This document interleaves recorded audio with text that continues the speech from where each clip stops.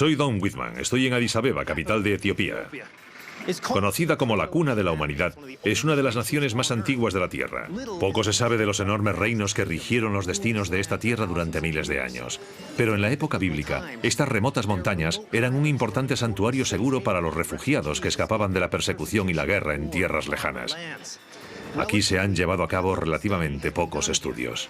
Por eso, mientras este país en desarrollo va entrando lentamente en el siglo XXI, muchos de sus secretos más ocultos y oscuros todavía solo podemos encontrarlos bajo tierra. Hoy Etiopía es un país de África Oriental, remoto y sin salida al mar. Un paréntesis en el tiempo, tan aislado que los cristianos de aquí siguen orando con fórmulas que resultarían familiares a los primeros discípulos de Cristo. El cristianismo empezó a difundirse desde Jerusalén hacia el mundo antiguo en el siglo II después de Cristo, a medida que los creyentes predicaban el Evangelio y convertían a nuevos miembros. Las primeras conversiones en Etiopía datan del siglo IV y la nueva religión triunfó. En el siglo XII el cristianismo ya era la religión dominante aquí. Su ciudad más sagrada, Lalibela, era un lugar de peregrinación creado a imagen de Jerusalén.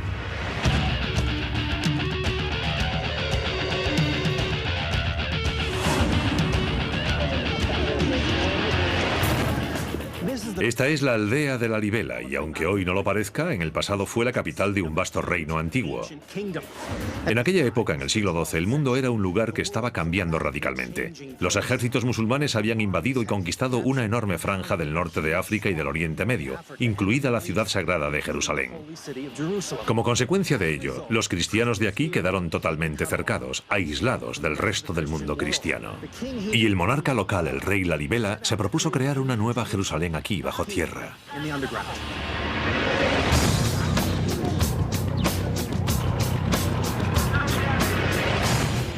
He quedado con un hombre llamado Fikru Wolde Georgis, que ha vivido toda su vida en Lalibela. Hola, soy Don. Bienvenido, es un placer conocerte. Cada año en Navidad, 70.000 peregrinos viajan a la pequeña aldea rural de Lalibela por culpa de una visión del hombre que gobernaba la zona hace 800 años, el rey Lalibela. Lalibela era un devoto líder cristiano de la dinastía Zagwe, una familia real tan poderosa como los Medici. Durante su reinado, Etiopía estaba relativamente tranquila, pero Tierra Santa era zona de guerra. Mientras el ejército musulmán de Saladino y los cruzados europeos luchaban por el control, el peregrinaje a Jerusalén se volvió prácticamente imposible y los etíopes quedaron aislados del centro espiritual de su religión. Entonces, según cuenta la tradición de la Iglesia, el rey Lalibela tuvo un sueño en el que Dios le pedía que construyese una nueva Jerusalén, un lugar seguro para que su pueblo pudiese orar. Por ejemplo, si miras aquí abajo, Sí.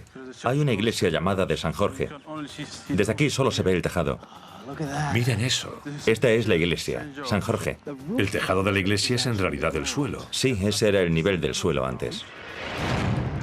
La de San Jorge es una de las 11 iglesias enterradas a 15 metros de la superficie de la tierra. Y la disposición de las iglesias celebra momentos clave en la vida de Jesucristo. Un grupo de 6 iglesias al norte representa a Jerusalén, la ciudad de su muerte. 4 al sur representan el lugar de su nacimiento, Belén. Y entre ellas discurre una fosa artificial llamada Río Jordán, por el lugar en el que Jesús fue bautizado. Todas están conectadas por un laberinto de túneles y fosos subterráneos. Hoy estas iglesias son conocidas como la octava maravilla del mundo. ¿Esta es la bajada? Sí, lo es. Hay una fosa ahí abajo.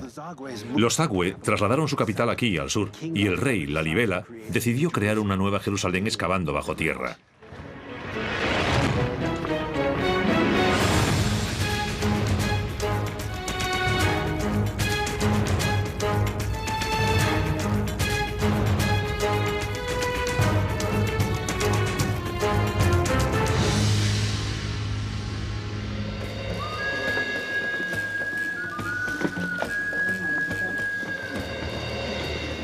Ahora mismo están en misa.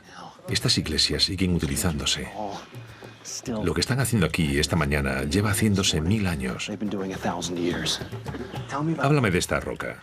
Es una roca volcánica. Ajá.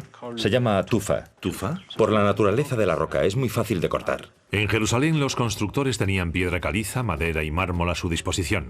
Aquí tenían tufa, una piedra duradera y fácil de tallar, y la aprovecharon al máximo.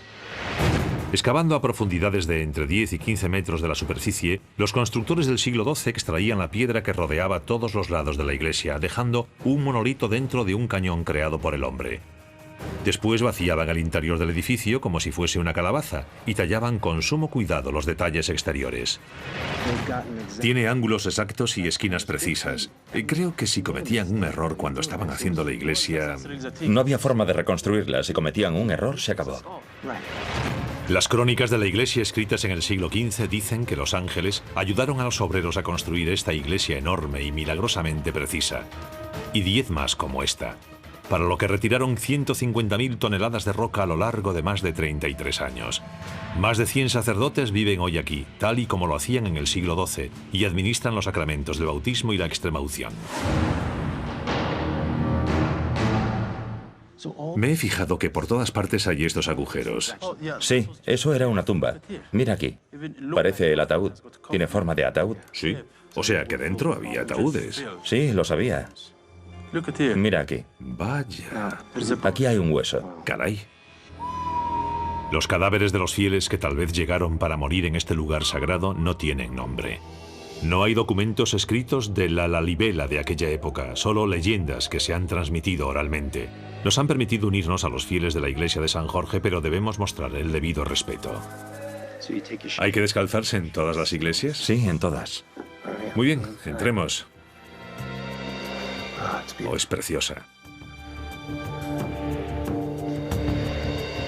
Es todo un amplio espacio abierto. Estamos dentro de la roca excavada. Sí, dentro de la roca. Todo esto donde estamos era roca maciza. A diferencia de la iglesia de Roma, la de Alejandría o la de Constantinopla, los ritos de la iglesia ortodoxa etíope prácticamente no sufrieron el influjo del mundo exterior en casi 1000 años. Son una ventana a una época en la que el cristianismo primitivo estaba evolucionando a partir del judaísmo antiguo. Aquí las creencias son cristianas, aunque muchas de las tradiciones son judías. Al igual que en las sinagogas ortodoxas actuales, hombres y mujeres ocupan zonas separadas durante los servicios, y todos los fieles oran mirando hacia la tierra sagrada de Jerusalén.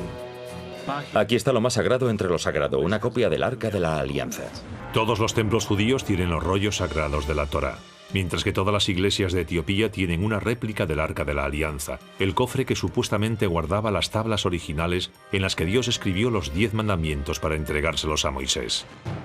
Vemos más influencias del judaísmo, como que hombres y mujeres están separados. Si buscamos su influencia en nuestra mesa, por ejemplo, no comemos cerdo, no comemos ningún tipo de carne. Ya.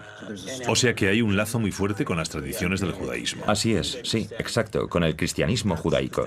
Practicamos el cristianismo, creemos en Cristo, pero también observamos tradiciones del judaísmo. Interesante. Todavía podemos ver cómo rezaban los fieles aquí hace 800 años, pero sobre estas iglesias no hay verdades absolutas. Y bajo la zona norte de las iglesias, conocida como Jerusalén, yace un misterio. San Jorge es solo una de las 11 iglesias. Están organizadas en grupos. Por aquí arriba hay otro. Este grupo de 6 iglesias excavadas en la roca están todas conectadas por un laberinto de túneles y fosos. ¿Puedo retirar esto? ¿Podemos entrar? Hoy prácticamente no se usan y se desconoce cuál era su propósito original. ¿Las excavaron sus constructores por motivos arquitectónicos o hubo una amenaza real o imaginaria que les impulsó a ocultarse bajo tierra? Aquí abajo hay un túnel, pero también hay otro encima. Así que básicamente es un laberinto de conexiones y cada una de ellas lleva a otra iglesia. Caray. Hay como 150 murciélagos en este espacio tan pequeño. Bueno, tenemos que bajar ahí. Esto es estupendo. Hay que intentar meter la cámara por aquí dentro. Yo te ayudaré. Ya la tengo. La tengo. Vale. ¿Han visto eso? Es el infierno de los murciélagos. Fíjense en esta sala redonda con una sola columna en medio. Francamente estoy un poco asustado con esto de los murciélagos, si les digo la verdad. Esa puerta ahora está bloqueada, pero lleva a la iglesia del Gólgota.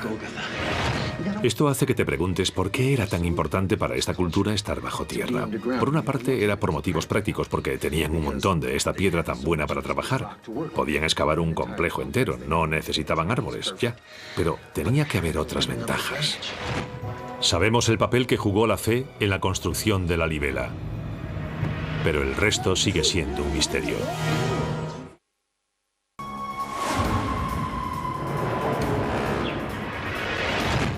Según la leyenda, hace 800 años el rey Lalibela hizo esculpir 11 iglesias en piedra maciza aquí, en el norte de Etiopía.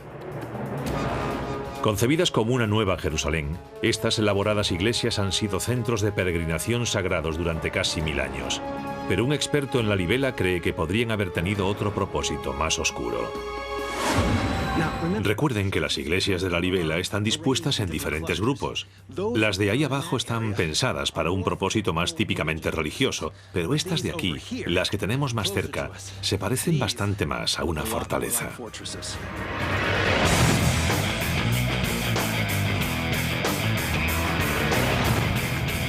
Los enormes complejos religiosos de Lalibela se construyeron en 3 zonas distintas. Las que ya he visitado con Fikru, el experto en Lalibela, claramente estaban diseñadas y construidas como lugar de oración. Pero parece como si algunas de las 4 iglesias del sureste del complejo hubiesen sido construidas siglos antes, no para recibir a los peregrinos, sino para resistir un asedio. Una de las pistas es un sistema de túneles que conecta el grupo sureste con el resto del complejo. Fíjense en este túnel que baja recto por aquí. No sabemos si tenía propósitos militares o no, pero desde luego tiene toda la pinta.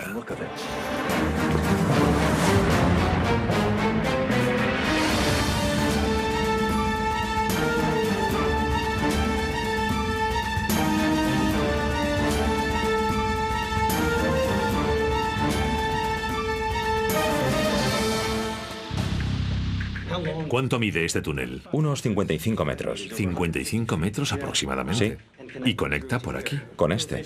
Sí. En la antigüedad, estos pasadizos subterráneos ofrecían la defensa perfecta. Porque en caso de ataque, el ejército enemigo tenía que venir en fila. Y el ataque de un ejército de uno en uno es mucho más fácil de defender. La larga red de túneles en el complejo sureste lleva hasta las iglesias de Gabriel y Rafael, que están totalmente rodeadas por un foso excavado a mano, que oscila entre los 5 y los 15 metros de profundidad. Esto parece un muro defensivo, está excavado en la tierra, ¿no es así? Y llega hasta los otros lados. Y este canal de agua habría sido una especie de foso, ¿no? Era como un foso, era una especie de desagüe que iba hasta allá. Eso es, así es. Es la barrera defensiva perfecta. Ya lo creo. En el siglo XII, cuando el rey Lalibela construyó su nueva Jerusalén en las remotas montañas etíopes, su reino Zagwe estaba aislado de la confusión que asolaba a la Tierra Santa de Jerusalén 2.250 kilómetros al norte. Pero 500 años antes, en el siglo VII, los ejércitos árabes marchaban hacia el norte, y las disputas internas minaban el otrora poderoso imperio aksumita que reinaba aquí. Y parece como si algunas zonas del complejo del sureste se hubiesen construido en esa época turbulenta. Esto parece un puente levadizo. Por ahora todavía no se ha encontrado el acceso principal, la entrada a la iglesia, así que este es el único acceso que tenemos. Al igual que en un castillo medieval, esta iglesia solo tiene una vía de entrada, un puente a 15 metros de altura, otra pista que apunta a orígenes militares. Y como cualquier fortaleza preparada para un asedio largo, puede que también tuviese su propio suministro de agua. Dios mío, ¿qué profundidad tiene esto? Es muy profundo. Sí, yo diría que sí. Incluso debajo tiene una cisterna para el agua. ¿Es eso de ahí? Esta cisterna podía recoger agua suficiente para abastecer a la gente que vivía aquí durante meses. Si esto era tanto una fortaleza como una iglesia, este podría haber sido el suministro del agua en caso de asedio. Sí, podría ser, pero aún no sabemos exactamente qué era. Pero es algo único. Las otras iglesias no tienen esto. Es diferente de las otras. En las iglesias solo tenemos agua bendita, no una cisterna de agua como esta. Da que pensar, ¿eh? Hoy el único acceso a la cisterna se encuentra 15 metros por debajo de las iglesias, en uno de los numerosos canales de agua que serpentean por toda la zona. Esto es estupendo. Bien, tengan en cuenta que estamos en la estación seca. En la estación de las lluvias no podríamos caminar por aquí. Esto estaría lleno de agua. La mayor parte del año, esta es una región árida, donde el agua puede ser más valiosa que el oro. Pero en la estación de las lluvias, las tormentas repentinas pueden causar estragos con sus inundaciones. De modo que la construcción de una enorme red de hidroingeniería que pudiera evacuar el agua de las inundaciones y recoger al mismo tiempo una parte necesaria para la vida, hizo posible la existencia aislada de la libela. El complejo recoge y almacena enormes reservas de agua, tanto de lluvia como de manantiales. Y si quienes vivían aquí temían el ataque de extranjeros o infieles, tener una enorme reserva de agua sería esencial. Muy bien. ¡Ay! Miren esta iglesia. Increíble. Pero ¿quién sabe para qué usaban esto en realidad? Esto podrían ser muros defensivos para uso militar. Pero esto es la cisterna. Verán, esto es algo único en la libela. Por lo que me ha dicho Fikru, todo esto es el espacio de la cisterna. Por debajo mide casi 10 metros de diámetro. Fíjense, ¿lo ven? Ese soy yo. Estoy ahí. Hola. Esta cámara funciona bajo el agua, así que queremos ver si podemos echar un vistazo bajo las aguas que hay bajo tierra. Allá va. Sí, es genial. Bueno, esto está lleno de agua dulce y estamos en la estación seca. Y esto abastecería a toda la población, tal vez incluso a los soldados, tal vez a un ejército defensor que estuviese siendo asediado dentro de esta iglesia / fortaleza. Esta es el agua que les mantendría con vida. Estos canales todavía funcionan, recogen y distribuyen agua, pero puede que nunca sepamos si estaban pensados para el riego o como defensa ante una amenaza desaparecida hace mucho tiempo. Fíjense en todos estos espacios extraños. Este es el canal de un río, también excavado a mano en la roca, aquí abajo.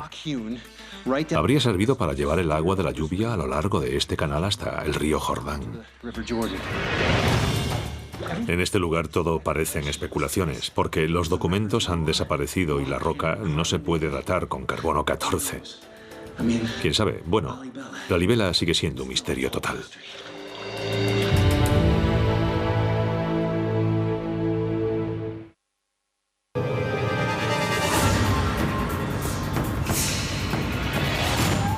En tiempos de Jesucristo, mientras el Imperio Romano se expandía por el mundo, había otro poderoso imperio en auge: los Aksumitas de Etiopía.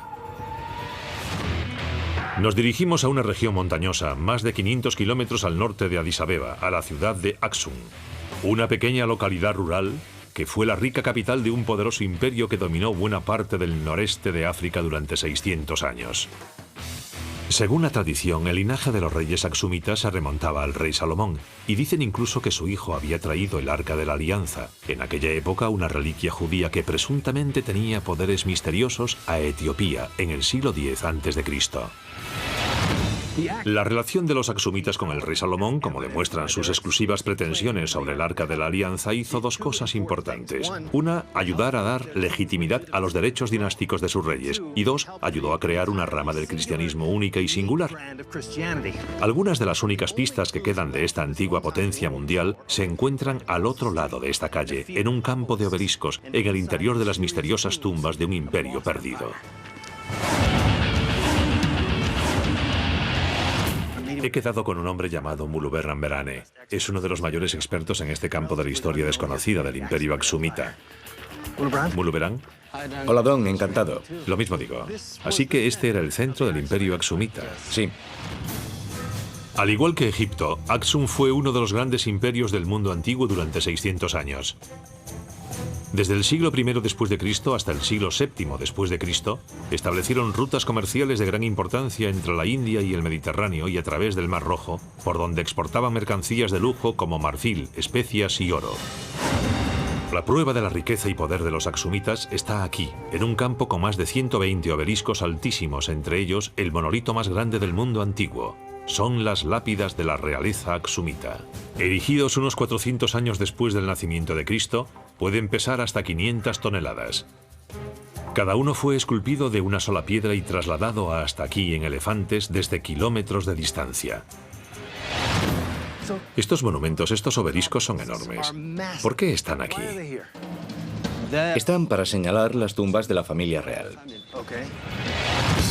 Cada piedra, que alcanza hasta 25 metros de altura, normalmente se apoyaba sobre unos cimientos que medían aproximadamente el 10% de su altura total y estaba reforzada en ambos lados por gigantescas piedras horizontales. Alrededor de los cimientos centrales hay varias cámaras subterráneas que se usaban para enterrar a los muertos y sellar el paso a riquezas increíbles. La guerra y la falta de recursos han convertido la arqueología en un lujo en la Etiopía actual, y el 90% de estas tumbas todavía están sin explorar. Es increíble, es enorme.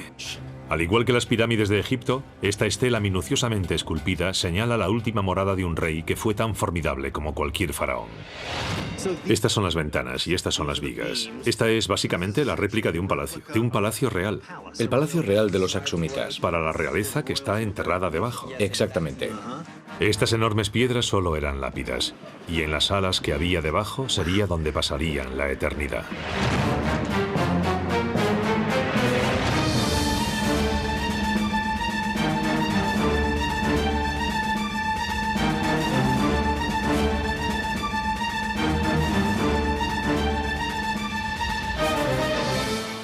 Precioso. ¿Estas son las cámaras? Estas son las cámaras. ¿Hay 10? Sí. Y cada una de estas cámaras era una tumba. Una tumba y además una cámara del tesoro. Ajá. Porque incluso antes de la muerte del rey se usaban como almacén para sus tesoros. Y tras la muerte del monarca los tesoros se usarían para la vida después de la muerte. O sea que era como en Egipto. Construían las tumbas antes de la muerte del rey, ¿no? Exactamente. Cuando estábamos arriba observando este campo vimos estelas, obeliscos por todas partes en este enorme campo.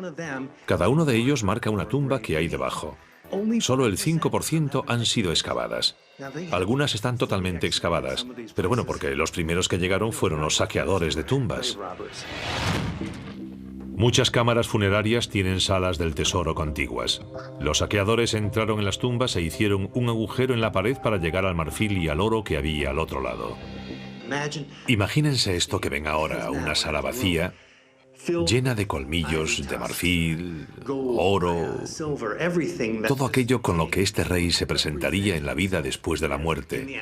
Tal era la prosperidad de los Aksumitas. Este tipo de enterramientos dejó de practicarse en el siglo IV después de Cristo, cuando los reyes aksumitas se convirtieron al cristianismo, y una reliquia judía que poseían desde hacía siglos pasó a ser su mayor tesoro, el Arca de la Alianza. Los rumores han situado a este valioso objeto en diversos lugares del mundo, pero esta es la tierra del hijo del rey Salomón, Menelik, y muchos creen que él se llevó el arca a casa. Según la leyenda, todavía está aquí, en esta pequeña iglesia situada enfrente de las tumbas paganas. En el interior de esta iglesia vive un guardián, un monje, que dedica toda su vida a la protección del arca y a orar junto a ella. Los etíopes llevan confiando esta tarea a los monjes desde hace 3000 años.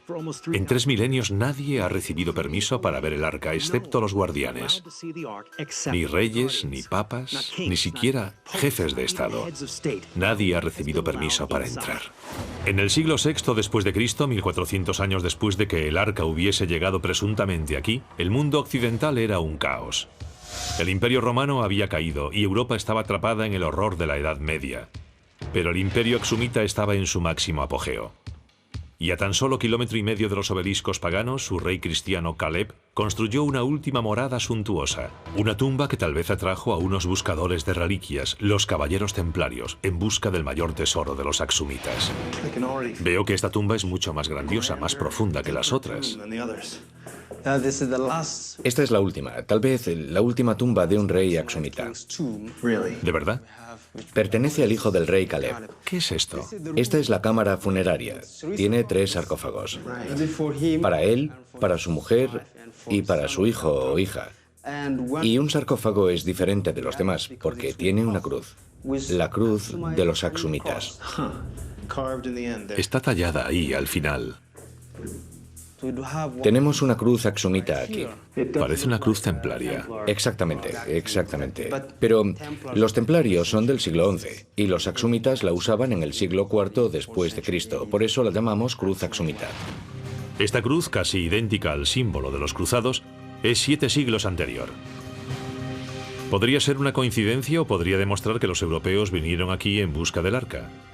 Muchos creen que los caballeros templarios la buscaron bajo el monte del templo en Jerusalén y en la antigua ciudad jordana de Petra. Puede que también vinieran a Axum. ¿Por qué vinieron los templarios aquí? Conocían la leyenda de que el Arca de la Alianza había sido trasladada a Etiopía. Así que vinieron aquí en busca del Santo Grial y de la Sagrada Arca de la Alianza. De modo que adoptaron algunos elementos, como este tipo de cruz que ahora llaman de los Caballeros Templarios o de los Cruzados. Así que salió de aquí. Genial. ¿Vinieron aquí los predecesores de los Caballeros Templarios en busca del arca? ¿Y la encontraron? ¿O seguirá el mayor tesoro del cristianismo enterrado en una pequeña iglesia de una ciudad polvorienta? Puede que las respuestas se hayan perdido en el tiempo, como el otrora grande pero ahora olvidado Imperio de Axum. Todo en esta tumba habla de la grandeza del Imperio Axumita. Este fue su mejor momento. De hecho, este rey gobernó el Imperio Axumita en su apogeo. Después de esto, varios factores contribuyen a la caída. Uno, los ejércitos musulmanes cortan las rutas comerciales marítimas que los axumitas habían usado para conseguir su gran prosperidad. Se convierte en un estado sin salida al mar. Y todos estos factores contribuyen al declive del gran imperio axumita. A continuación llegaría la Edad Media.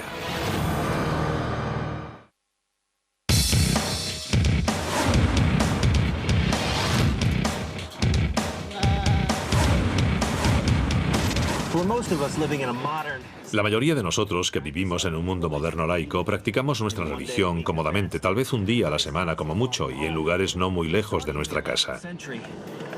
Pero a partir del siglo XI, los cristianos de aquí y de muchos lugares tan lejanos como Egipto han hecho peregrinaciones anuales a esta remota región de Etiopía hasta una iglesia legendaria, construida dentro de la cueva de una montaña, a la que muchos iban a rezar y muchos a morir.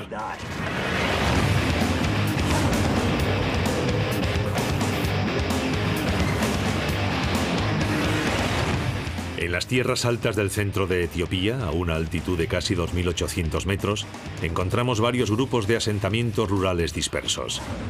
Pero hace casi 1000 años, se cree que esta zona era un imán para cristianos enfermos y moribundos, que venían buscando una cura milagrosa o un final tranquilo para su sufrimiento, en una misteriosa tumba próxima a un lago de aguas medicinales.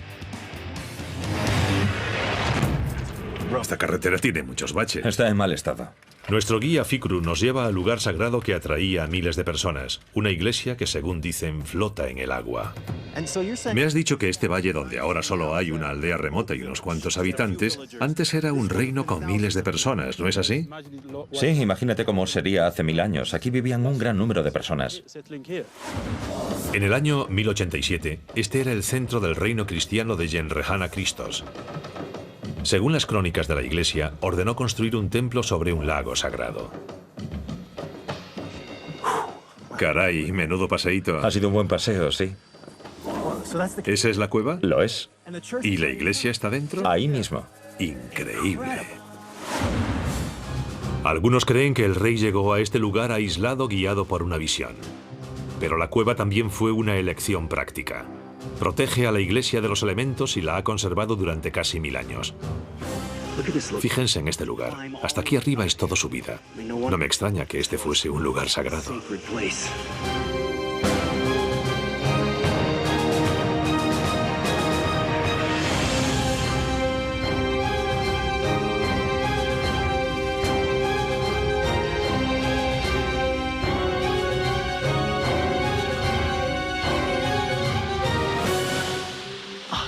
Está toda dentro de la cueva, ¿no es así? Así es. Increíble.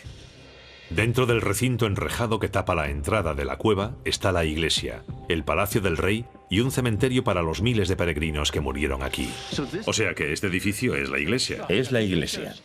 La iglesia se construyó alternando capas de madera y yeso, mezclados con unos trozos de piedra como si fuese una tarta. Pero hoy no hay rastro del lago de aguas curativas místicas que atraía a los peregrinos desde miles de kilómetros de distancia, a no ser que sepamos dónde mirar. Ahí hay una puerta. Si miras aquí... Miren eso. Magnífico. Así que ahí debajo está el agua. Así es. Aquí debajo está todo húmedo. Sí. Algunos estudiosos creen que el lago original eran en realidad tierras pantanosas y los cimientos de la iglesia un armazón de madera o bambú que distribuía equitativamente el peso del edificio que sostenía, usando una técnica denominada emparrillado. Y al agua subterránea atrapada debajo podría accederse a través de escotillas como esta. Así que la leyenda es cierta. Esto está flotando sobre un lago secreto. Sí, Se puede decir que es agua bendita. por supuesto. Aunque estas aguas fangosas no tienen poderes curativos especiales, la iglesia recibe miles de visitantes cada año y sigue en pleno funcionamiento. Tenemos que dejar de filmar un momento porque ahora mismo se está celebrando una ceremonia detrás de esta valla.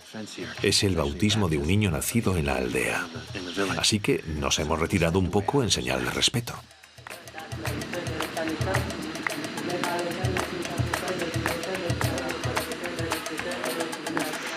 Está terminando la ceremonia en el interior de la iglesia de Yenrehana Christos.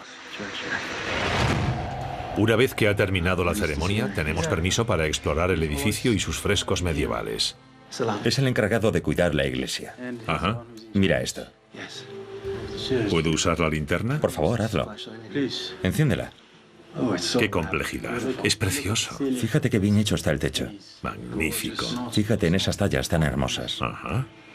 Y fíjate en el fresco. Oh, ¿y estos? Sí, Hay símbolos y relatos bíblicos. sí. Esto es increíble.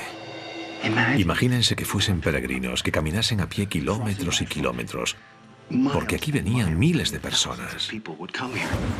Pero la prueba definitiva del poder de este lugar sagrado se encuentra detrás de la iglesia, en las profundidades de la cueva. A lo largo de los siglos, viejos y enfermos han venido hasta aquí.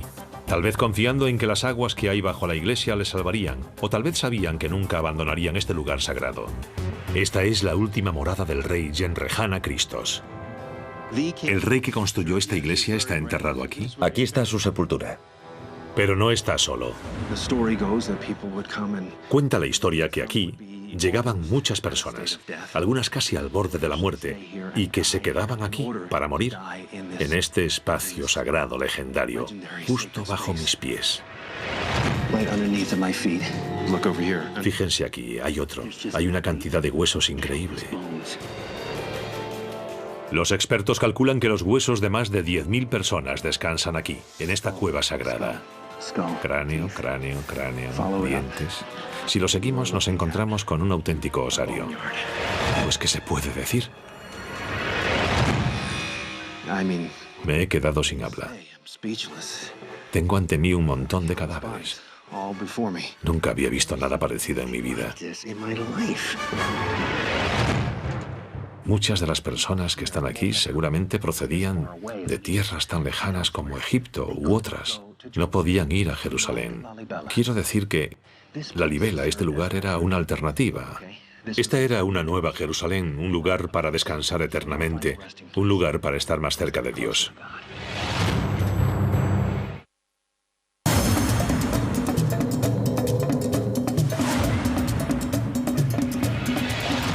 Cuando un misionero cristiano huyó desde Constantinopla hacia este rincón remoto de Etiopía hace unos 1500 años, tuvo una visión de Dios.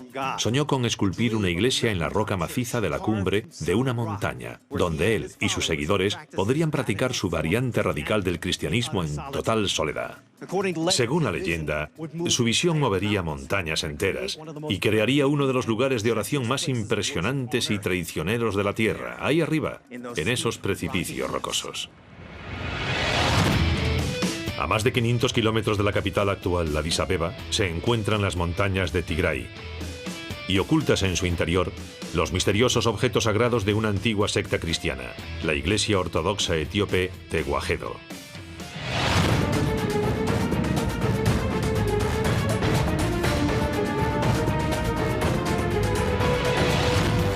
Este lugar subterráneo se encuentra en realidad en las alturas. Es una iglesia esculpida en un pico de piedra arenisca situado a unos 2.800 metros de altura sobre el nivel del mar.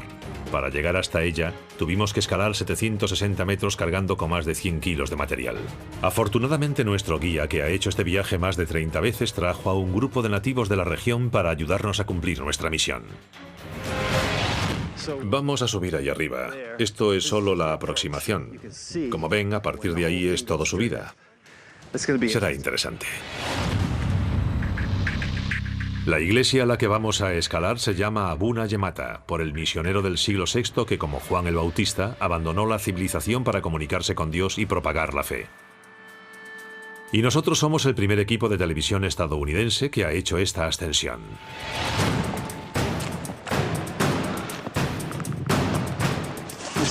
Esta es con mucho la primera gran pared que vamos a subir. Fíjense en todo esto, en estos asideros.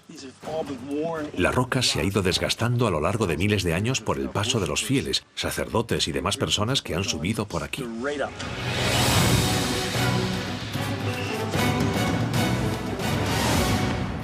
Caray. Miren hacia abajo. ¿Cómo pesa? Con cuidado, que pesa. ¿Cómo pesa?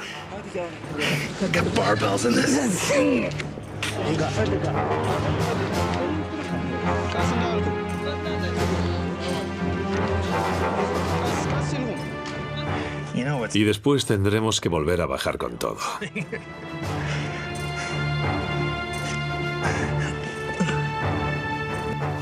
En esta iglesia remota hay copias de los libros perdidos de la Biblia que la Iglesia Ortodoxa Etíope sigue usando. Y en el sendero que lleva hasta ella están enterrados los fieles guardianes de la iglesia. Caray.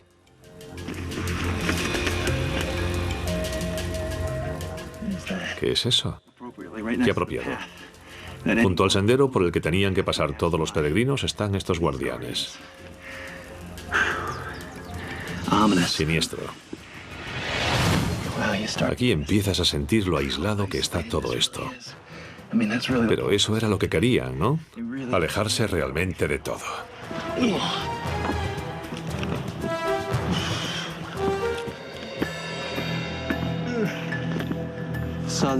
Esto forma parte de la iglesia.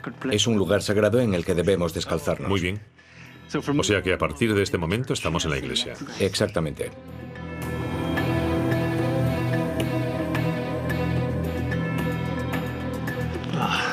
Estamos en la cima del mundo.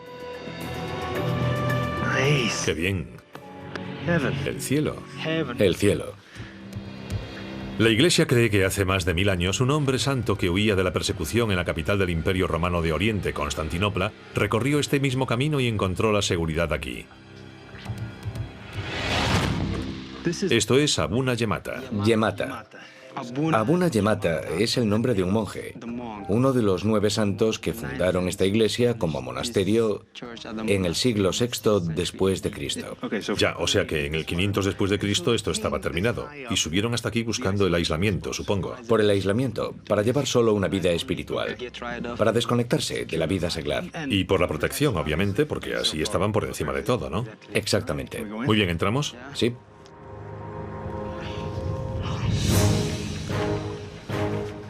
Fíjense en esta pared de roca vertical. Si te caes desde aquí, estás listo. Lo que tuvieron que sufrir para hacer un monasterio aquí arriba, en lo alto de una montaña.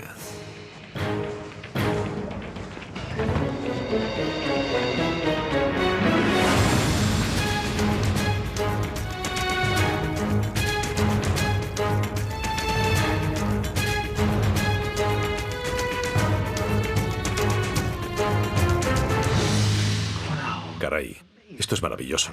No tenía ni idea de que esto sería tan espectacular. Está pintado de forma muy extravagante. ¿Qué estamos viendo? Esta pintura representa al monje a lomos de un caballo. Representa al fundador del monasterio. Es Abuna Yemata, uno de los 9 santos. Aquí tienes a los 9 santos. Abuna Yemata fue uno de los 9 santos que huyeron de la persecución en Constantinopla y fundaron un santuario aquí, en el norte de Etiopía. Seguían una doctrina religiosa llamada monofisitismo que mantenía que Jesucristo era totalmente divino, en lugar de divino y humano, como creían muchos cristianos occidentales. Era una doctrina que desafiaba a los líderes cristianos, que los convirtió en herejes y que podría haberles costado la vida. En cada centímetro de este lugar hay una figura. Sí. Cuenta la historia que... Oh, aquí tenemos a la Virgen María, sin duda. Fíjense qué arte más increíble.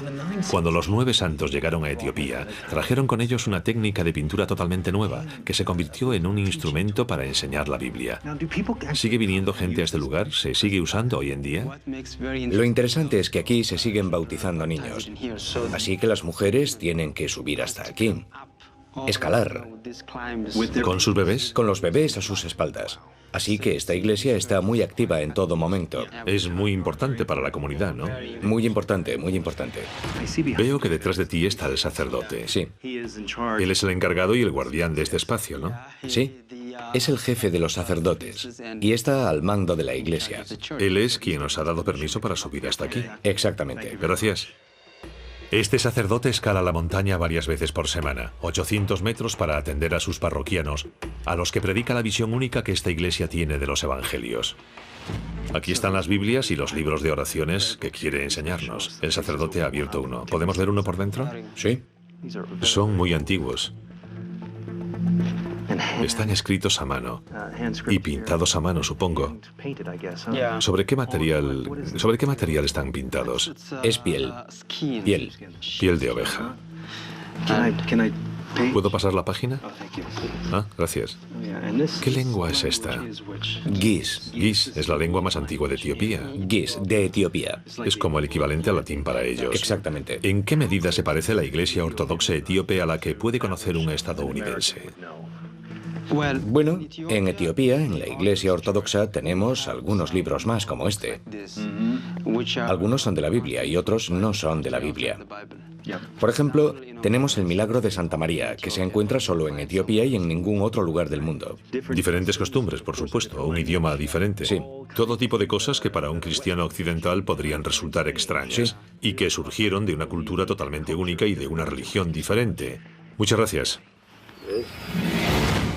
Cuando Abuna Yemata llegó aquí con los otros 8 santos, trajeron a Etiopía una rama del cristianismo totalmente única, muy diferente de la que conocemos en Occidente. Implicaba rituales diferentes, libros perdidos diferentes. Era una visión del cristianismo completamente única. Y era misteriosa, porque se quedó aislada, separada del resto del mundo. Y ese misterio realmente continúa hoy en día.